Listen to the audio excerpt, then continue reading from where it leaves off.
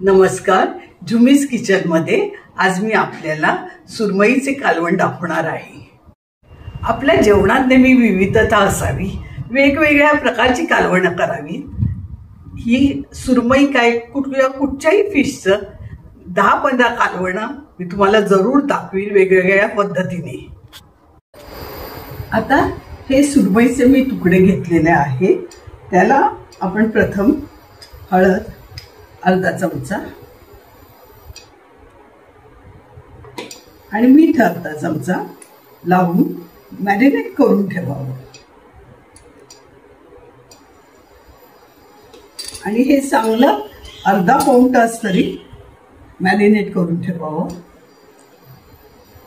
म्हणजे छान लागतं. फिशला अतिशय चांगल्या प्रकारे लागलं जातं.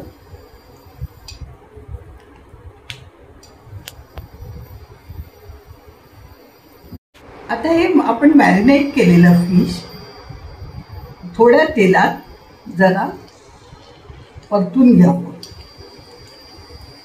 मी बघा अगदी कमी तेल घातलेलं आहे. हे असं फिश जरा परतून घातल्याने फिश कडक राहतं.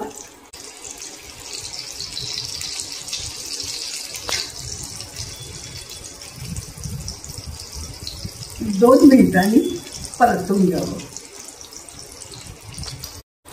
आता हे फिश असं परतून घ्यावं.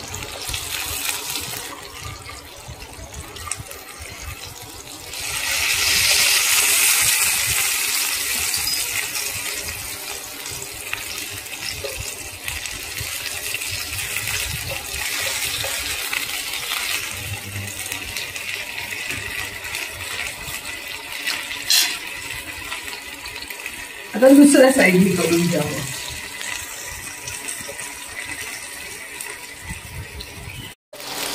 आता हे फिश परतून झालेलं आहे, हे आपण काढून घेऊ. आता उरलेल्या फिशच्या तुकड्या मी पुन्हा परतून घेते.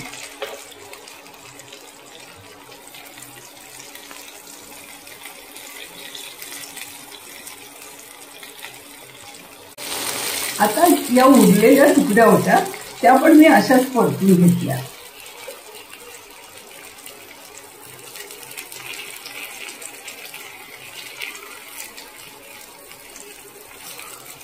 आता हे मी 1 वाटी सुकं खोबरं घेतलं आहे.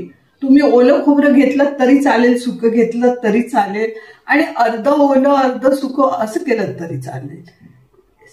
7-8 लसणाच्या पाकळ्या घेतलेल्या आहेत. 1 इंच आल्याचे तुकडे करून घेतलेले आहेत. 1 मूठ कोथिंबीर घेतलेली आहे. ते आपण सगळं वाटून घेऊया. कोथिंबीर धुवून घेतलेली आहे. हे मिक्सरमध्ये पाणी घालून वाटूया.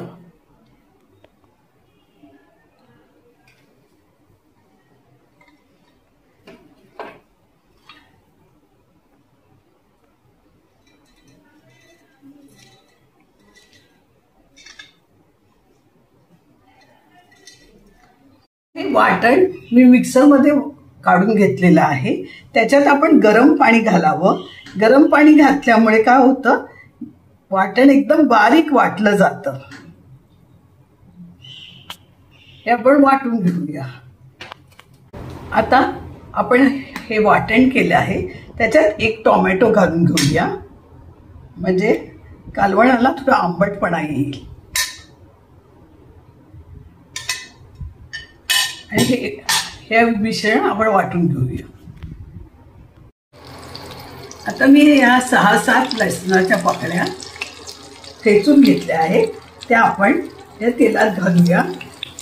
हे तेल मी पॅनमध्ये गरम करायला ठेवलं आहे. ते 2 चमचे तेल घेतलेलं आहे.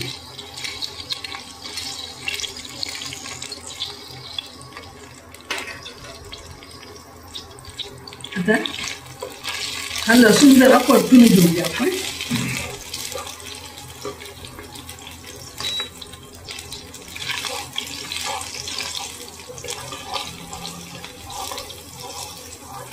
लसूण जरा लाल रंगावर आला की आपण त्याच्यात मसाले घालून घेऊया. आता या तेलात आपण प्रथम लाल तिखट घालून घेत आहोत. हे मी काश्मीरी मिरची पावडर घेतलेली आहे आणि ती तिखटाला कमी असते आणि रंग फार छान येतो. अर्धा चमचा हळद, कारण हळद आपण ऑलरेडी माशाला लावलेली आहे. एक चमचा आपला घरगुती मसाला जो असेल तो तुमच्याकडे तो घ्या आणि हे सगळं तेलात आपण परतून घ्यायचं. त्याच्यातच मीठ घालूया, एक अर्धा चमचा. मीठ तिखट हे तुमच्या आवडीनुसार घ्या. आता हे चांगलं परतून घेऊया आपण.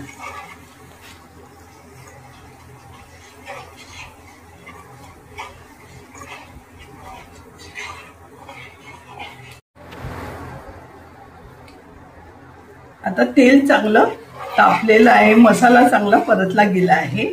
तर जे आपण वाटण केलं ते सगळं वाटण ह्याच्यात घालून घेऊया.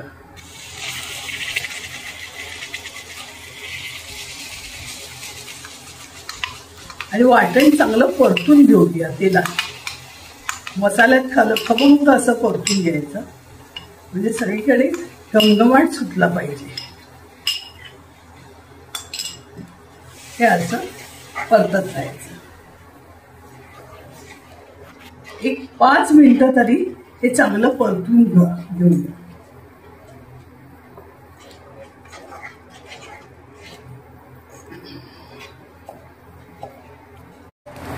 आता हे खोबरं चांगलं भाजलं गेलं आहे, मसाला चांगला भाजला गेला आहे आणि मसाला तेल सोडत आहे, म्हणजे ह्याच्यापासून वेगळा होत आहे, म्हणजे आपलं मसाला भाजून झाला हे समजावं. आता ह्याच्यात घालताना मात्र गरम पाण्याचा वापर करायचा, म्हणजे आपण जे तेल टाकले हे बघ वाफाळलेलं पाणी आहे ते घालावं. म्हणजे काय होतं, तेल आहे त्याचा तवंग सगळा वर येतो.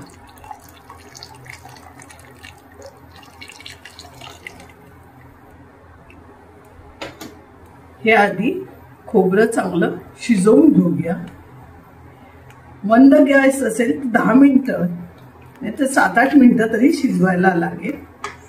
आणि मासे ऑलरेडी आपण तळून घेतलेले आहेत, नंतर घातले तरी चालते.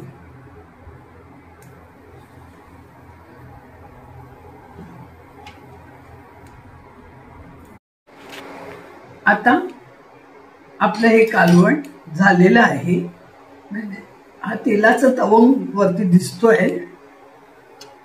तर त्याच्यात आपण मासे घालून देऊया.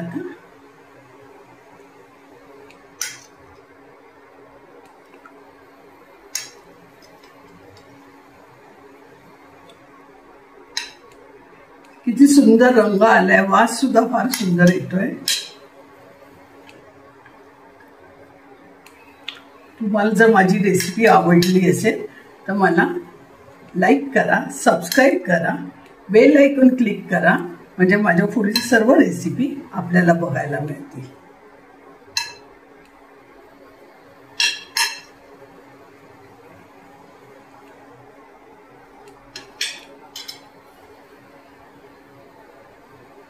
आता ह्याच्यात एक अर्धा चमचा गरम मसाला किंवा फिश मसाला दुसरा स्पेशल असेल तो मसाला अर्धा चमचा आणि त्याच्यावरती कोथिंबीर घालते.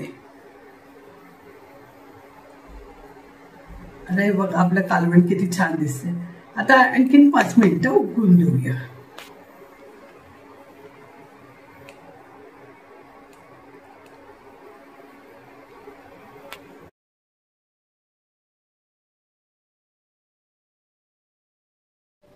आता हे सुरमईचं कालवण आपलं तयार झालं आहे.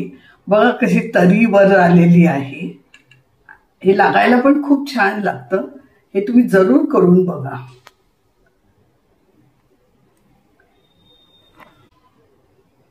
तुम्ही माझा व्हिडिओ बघितल्याबद्दल धन्यवाद.